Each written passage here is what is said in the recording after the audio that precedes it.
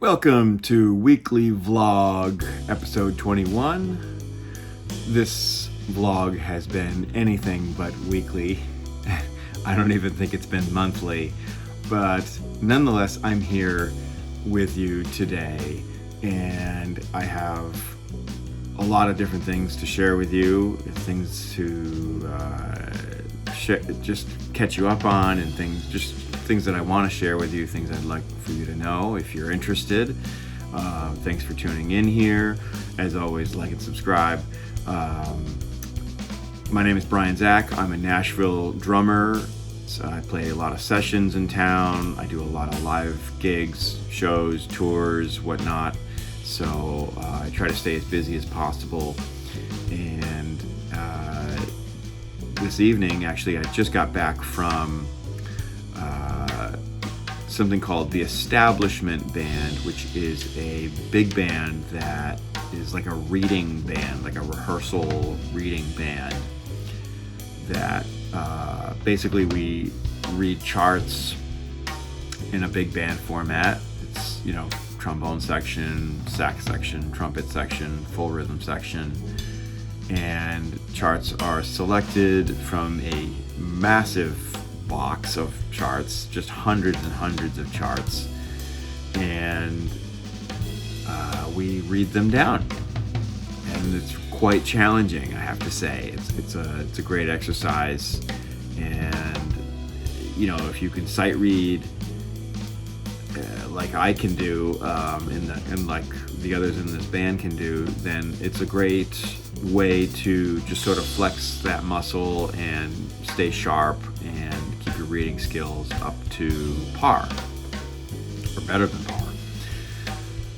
So it's a lot of fun, and so I got asked to play this evening for that, and so just got home a few minutes ago and wanted to jump on here and get this weekly vlog in this week, and hopefully start to continue these vlogs, if not weekly, more often, and just have more repetition with these, a little more, often. If not weekly, then maybe bi-weekly. So anyway, earlier over the weekend and prior, the last half of last week and over the weekend, I was in Indianapolis performing with the Indianapolis Symphony with a show called Disco Fever. I've been playing drums for this show now for, this was my third outing, third fly date, if you want to call it, with the show. A few months ago, we played with the Florida Symphony down in Tampa, and then after that, we did 3 shows with the Detroit Symphony. I think it was 3. And so this was 2 shows with the Indianapolis Symphony. And so basically the show is just a rhythm section and a bunch of background vocalists and 2 lead vocalists all fly in. We join up with the local symphony to play the show. The whole show is arranged for, full symphony, and it's a lot of fun. It's Disco Fever, so it's a lot of the disco hits from the late 70s. Some medleys thrown in there. There's a Bee Gees medley. There's Casey and the Sunshine. There's play Freak, there's Donna Summer. It's really cool. We play The Hustle. So this particular show was at an outdoor amphitheater. Say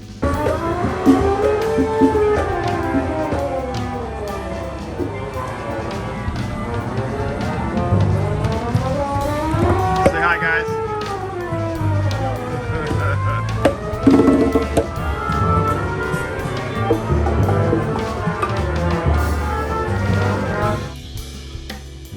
A little bit out of like north of downtown Indianapolis.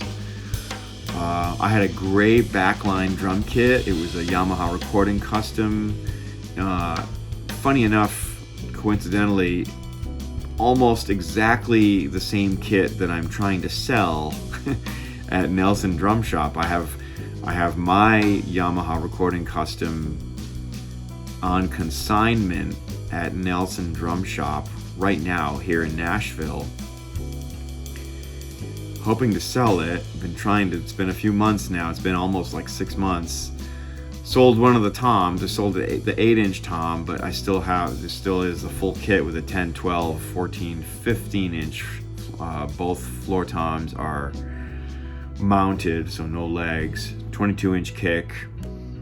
So hoping to sell that soon. But anyway, this backline kit was almost exactly that arrangement, 10, 12. It was a 14-inch floor tom. This one had legs, 22-inch kick.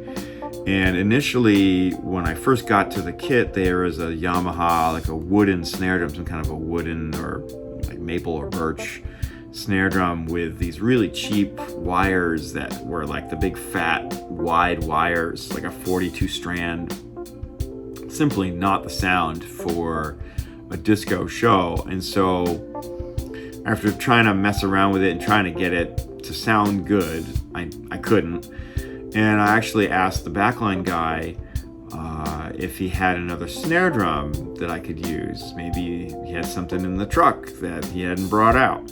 And sure enough, he brought out two Ludwig Superphonics. And so I was elated because that is the snare drum of the disco era. I mean, so many of those songs were most likely recorded with Superphonics, the 5-inch version, 10 lugs. Superphonic snare drum it's an aluminum shell. It's got the center bead. These were newer versions of the Superphonic. I own a version that's from 1972. I think that's the year. But these were newer, but they sounded great. I don't think I tuned it up even. It was cranked up already. All I did was put my mute on it just to dampen it down a little bit. Not mute, it's a snare weight, which helps to cut down on the overtones. And so that was the sound, and it sounded great. I had my Aquarian drum heads on the kit like I asked for. I was able to bring my cymbals with me on this trip because a rental car was provided for us to drive, at least for Lindsay and I. Lindsay Miller, who plays guitar in the show, Lindsay and I drove up in a rental car from Nashville to Indianapolis, and I was able to bring my cymbal bag, which I normally wouldn't do on flights anymore. I normally, on flight dates, I've just sort of given up on bringing my cymbals with me and having to check them under the plane and worry about them and schlep them to hotel rooms and through airports and back and forth to the theater, and I'm just so tired of that. But I figured, well, we're driving up, I might as well just bring my cymbals and at least have something great to play on. So that was nice. I want to recommend Billy at Jonas Backline. That's, I don't know if I got his last name. I put his info on my phone, but I'm recording this on my phone. But his name is Billy, and Jonas backline, Jonas backline. If you're ever in the Indianapolis area or greater Indianapolis, I guess, and you're looking for backline for your band or your project or your theater or whatever, give Billy a call or look him up online, and because I highly recommend him. He was very, very cool. He was so friendly and easy to work with and helpful, and even went the extra mile. The first song of each show, when it was done, he would call up low on the stage and just like ask me and the rest of the rhythm section if we were okay. Everything cool up here? Everything you guys need? Everything, got everything you need? That was way cool. So, yay, Billy, way to go. It's nice to work with pros who get it. Yeah. This week, and actually prior to me leaving for Indianapolis, I started working on a song for a client / friend of mine, an old friend of mine named Andrea Bensmiller. She's an artist. She's recording her own songs, writing and recording her own songs. And I've already done 2 songs with her now, and this is the 3rd one. And so I had done a few takes and sent them off to her before I left town for her to check out and just get some feedback. So now I'm just finishing up with that session. I actually tracked a few more takes today because I listened back to what I sent, and I was not, it's good, it's very good, but I just wasn't like, I wasn't crazy about it. So I went back and re-recorded those tracks, and I'm going to be sending those off this evening before I go to bed. But it's a cool song. It's kind of like it kind of reminds me of like a 90s rock tune. Pretty straight up and down.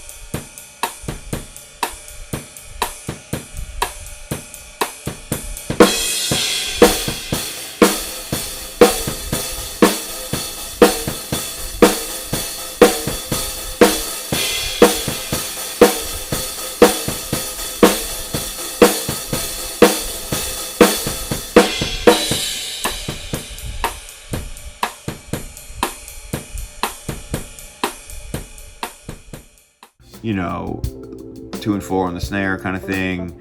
I was trying some different things with like her demo. She sent the demo that had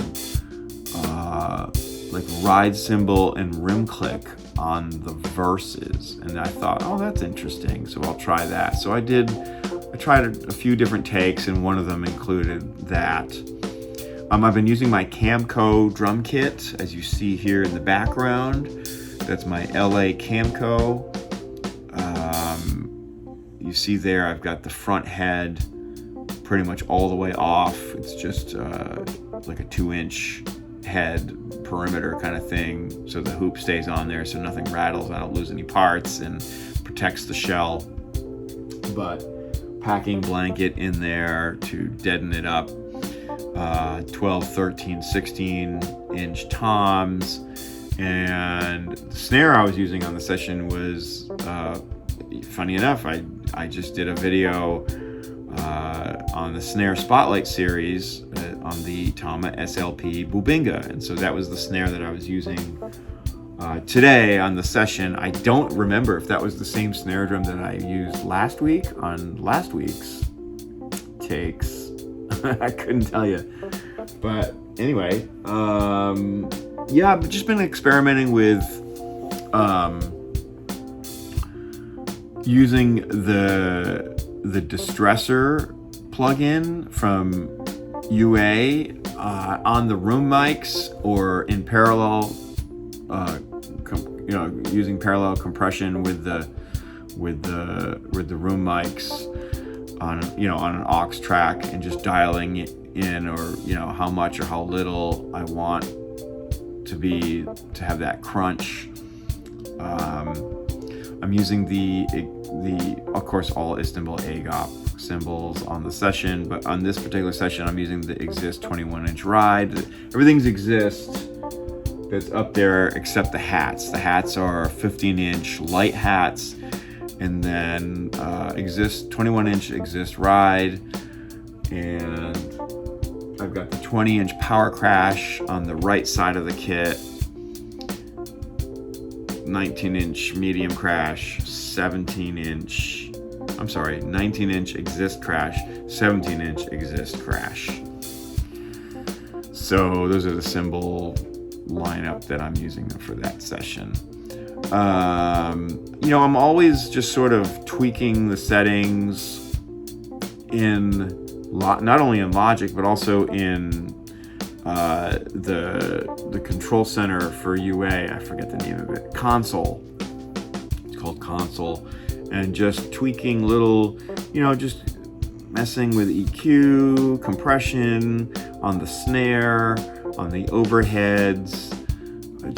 Just trying to always dial things in and tweak things, and just looking for that perfect setting.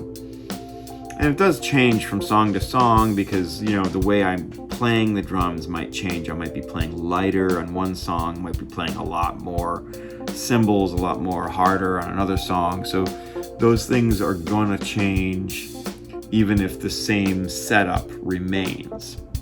So, and just always making sure that things are in phase. Once they're, in Logic, and I line up the waveforms and make sure that, and even just check the polarity and turn it, hit the polarity button and listen, and then turn off the polarity button and just see which one, if there is a difference, and if there is a difference, then choose the one that obviously sounds better. So, yeah, the week before that, I did a show with my MILEStones, Miles Davis tribute band. We played at Rudy's. I had a great performance. It was a Wednesday night and packed house. Great energy there. I had the front line horn section were both subs for that evening's performance. We had Leaf Shires on trumpet, who we played the show once before, and Mickey Gutierrez on tenor sax, and I think he played the show once before too.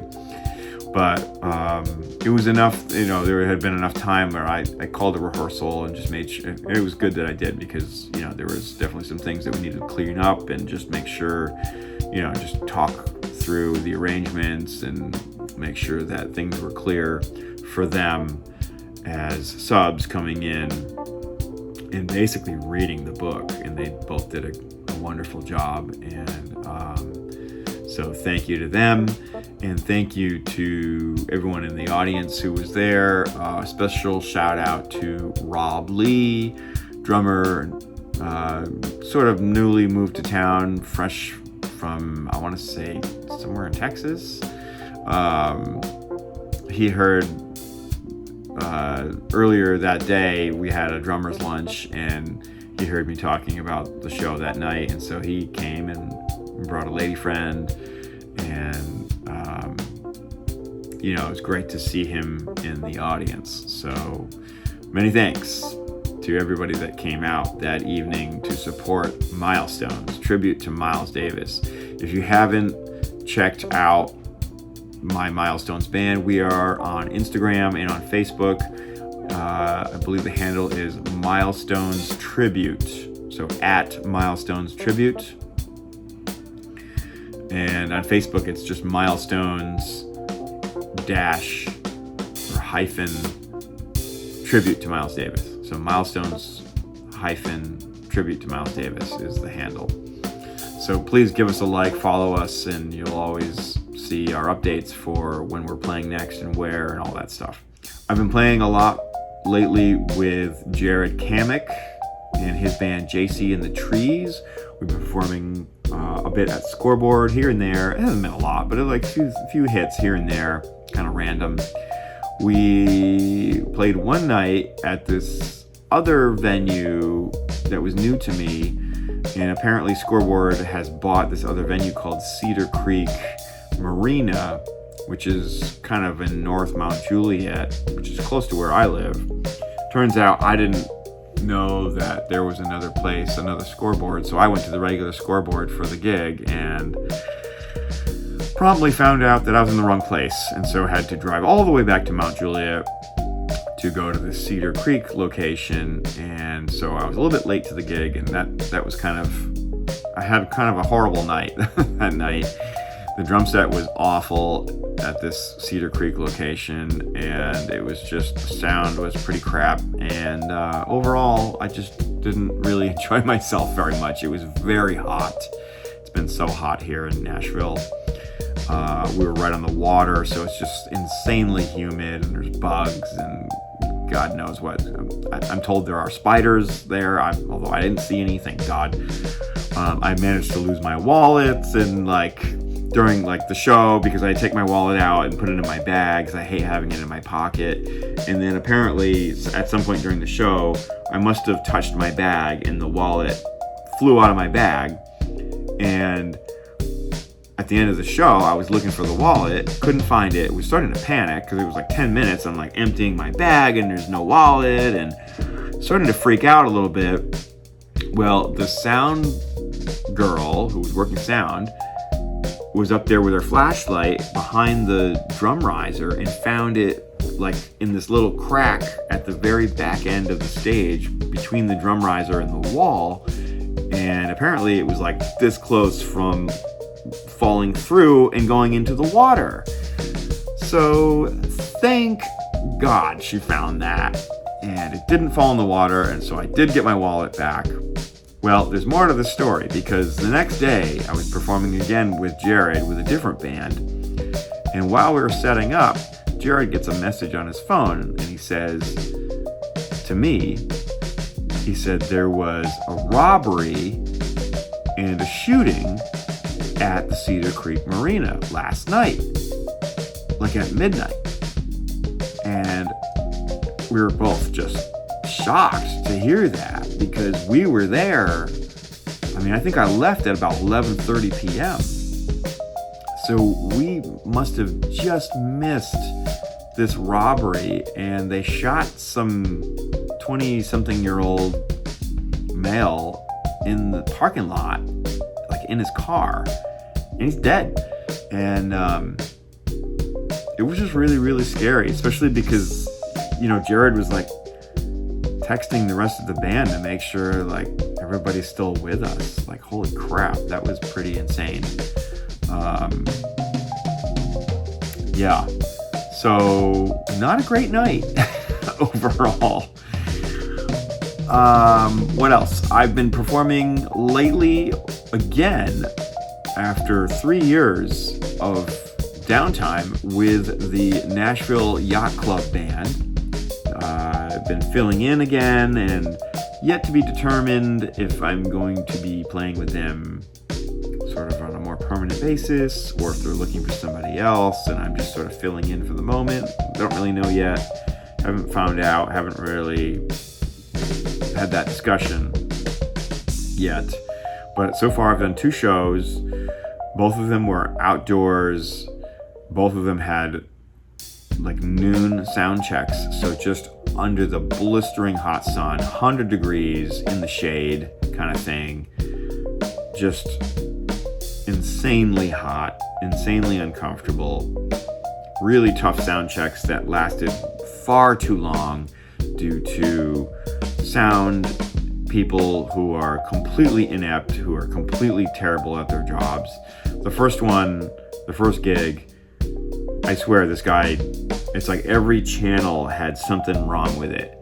And he started the sound check with the lead vocals, and I guess you can do that for front of house, but you're dialing in our monitors and our in-ear monitor. Many of us are wearing in-ear monitors on that band. You don't start with lead vocals. You start with drums. You start with kick drum, and then you go to snare, then you go to hat, then you go to all the other mics around the drum kit. And you finish the drum kit first, and you spread that around the whole band, whoever needs it. and then you go to bass, and then you go to guitar, and then you go to keys, and then you go to all the peripheral, like the horns and the voices and whatever else you may have in your band. Because you build the mix from the ground up, all right? You don't build the mix from the top down, which would be the lead vocals. The lead vocals being the top thing that sits above everything. How am I supposed to know how much lead vocal I'm gonna need if I haven't heard how loud is the kick drum gonna be? What does that sound like? What does the bass, electric bass sound like? How much room in the mix are those things taking up? It's impossible to know. So anyway, what happened was he was doing it completely upside down from the lead vocals on down. Finally, I thought he was going to get to the drums. No, he was like, oh, does anybody else need anything else? And I was like, yeah. Can I get some drums in the monitor? Like, come on, man. And this is like after an hour of just sitting there with all these troubleshooting things going on, noises that are going on, interference, and just horrible sound check. The second one was not much better. I think the band leader had asked for a drum riser. So I showed up early. The drum riser was not in place. I didn't know anything about a drum riser, so I just started setting up my drums as I normally would. Band leader gets there. He's like, where's the drum riser? I said, I don't know. I don't see one.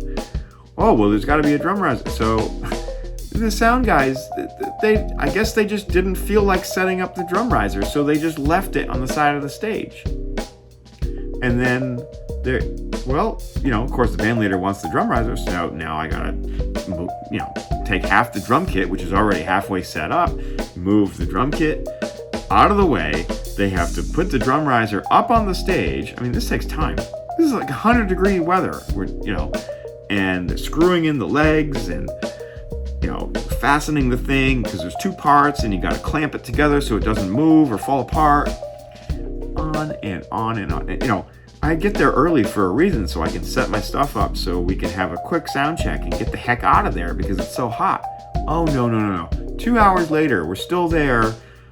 We hadn't even like run lines yet. They hadn't even given me an XLR to plug my headphones in. I mean, it was just, wow, the sound people really can make or break a show and make or break like a whole day, just destroy you energy-wise. Because you're up there just in the heat, man, it's so hot. And if they were good at their jobs, we would have been out there for maybe an hour, like total. Set up and sound check. Run one song and just get out of there and get into the air conditioning. Oh no. Hours later, we're still out there just dying of heat. With all of that said, both gigs were really great. They turned out good. The mix wasn't great, mind you, my mix at least, but made it work. Had great gigs. There weren't any snafus or any weird train wrecks or anything like that. Nothing even close. It was great. Just great pocket. The yacht rock stuff. I love playing that music.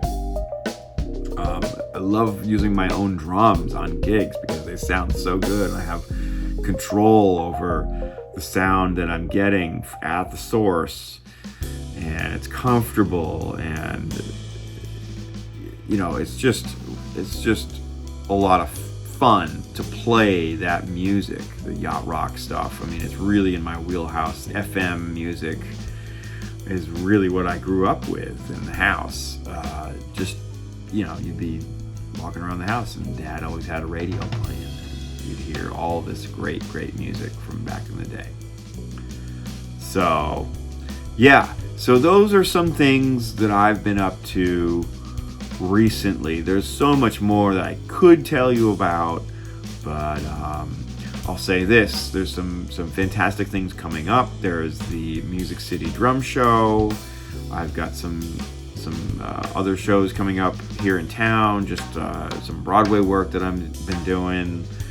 couple of different bands I've been playing with, and another gig over at Scoreboard with a country band, and just some session stuff that I'm working on. I'm trying to get back into the Patreon habit of creating more and more content, educational content, whether it be lessons or just videos on like career advice and that sort of thing. So please give that a look. Patreon.com/BrianZach. It's for the price of a cup of coffee, even less really. You get a whole month to check out all the content that's on there.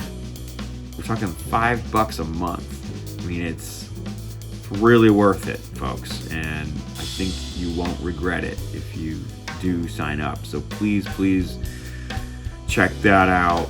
If you want to study with me, lessons either in person or through virtual, I can do either or. So just hit me up at my website, brianzach.com.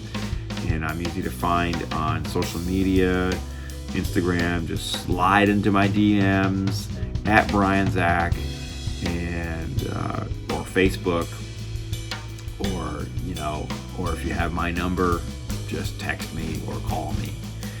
So yeah, I have another show coming up with MILEStones, August 3rd, 9 p.m. at Rudy's. Should have the A-list band, all the regulars in the band. Yeah, really excited to play again with them. I'll also say before my show starts at 9 p.m., get to Rudy's earlier and check out Lindsay Miller and her band. She's got Keith Carlock playing drums with her for that early evening performance. So it'll be a great night of music at Rudy's between Lindsay Miller and her band and what I'm doing with my band and MILEStones tribute to Miles Davis. So check both of those out. And yeah, that's about it. I'm gonna sip on this whiskey here. Cheers, everybody. And get these tracks sent out to Andrea before I call it a night. And please like and subscribe, and so that you don't miss any more updates from the weekly vlog or any of the more educational drumming videos that I'm putting out. I'm kind of excited actually because I've found a new way to record audio into my camera, my Zoom camera, which actually is set up over there near the drums right now. But I'm able to take an audio out from the Behringer P16 monitoring system that I'm using and just run a cable straight into the Zoom camera, and then you can hear everything that I'm hearing in my cans, the exact mix that I'm hearing. So look for some videos coming up that are drumming.